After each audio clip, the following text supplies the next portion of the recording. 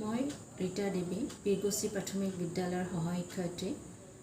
মই আজি পঞ্চম শ্ৰেণীৰ পৰিৱেশৰ পাঠ নং 2 পৰিস্থিতি তন্ত্ৰৰ সালোক সংশ্লেষণ প্ৰক্ৰিয়াৰ ওপৰত এটা TLM প্ৰস্তুত কৰি উলিয়াইছোঁ। ইয়াত সালোক সংশ্লেষণ প্ৰক্ৰিয়াত এইটো হ'ল খাদ্য প্ৰস্তুত কৰা প্ৰক্ৰিয়া, উদ্ভিদৰ খাদ্য প্ৰস্তুত প্ৰণালী হয়, য'ত সূৰ্যৰ পোহৰৰ উপস্থিতিত সেউজীয়া পাতে কাৰ্বন ডাই অক্সাইড আৰু খনিজ লৱণৰ সহায়ত খাদ্য প্ৰস্তুত কৰে।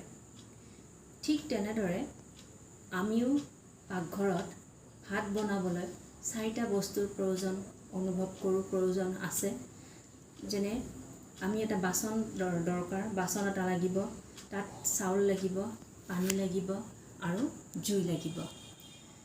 সেইদৰে গছৰ পাতটোও হৈছে আমাৰ পাকঘৰৰ নিচিনা, গছৰ পাকঘৰ হৈছে পাতটো। ইয়াত গছৰ পাতেও খাদ্য প্ৰস্তুত কৰিবলৈ 4টা বস্তুৰ প্ৰয়োজন হয়।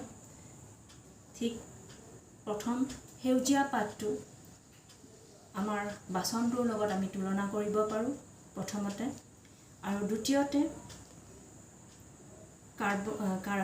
কাৰ্বন ডাই অক্সাইড আৰু চাউল, এই দুয়োটা উদ্ভিদৰ পাতত কাৰ্বন ডাই অক্সাইড লাগে আৰু আমাক চাউল লাগে 2 নম্বৰতে।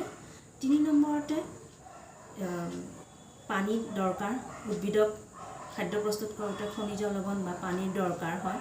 সেইদৰে আমাৰ ভাত বনাওঁতে চাউলখিনি সিজিবলৈ পানীৰ দৰকাৰ হয়। আৰু চতুৰ্থতে পাতক খাদ্য প্ৰস্তুত কৰোঁতে সূৰ্যৰ পোহৰৰ প্ৰয়োজন হয় আৰু আমাকো জুইৰ প্ৰয়োজন হয়। এইদৰে আমি তুলনা কৰি যে উদ্ভিদকো খাদ্য প্ৰস্তুত কৰিবলৈ 4 ধৰণৰ উপাদানৰ প্ৰয়োজন আৰু আমাকো ভাত বনাওঁতে 4 ধৰণৰ উপাদানৰ প্ৰয়োজন। এই যিটো প্ৰক্ৰিয়া, মানে সেউজীয়া পাত, কাৰ্বন ডাই অক্সাইড, পানী আৰু সূৰ্যৰ পোহৰ, এই 4টাই লগ লাগি আমি উদ্ভিদে খাদ্য প্ৰস্তুত কৰে।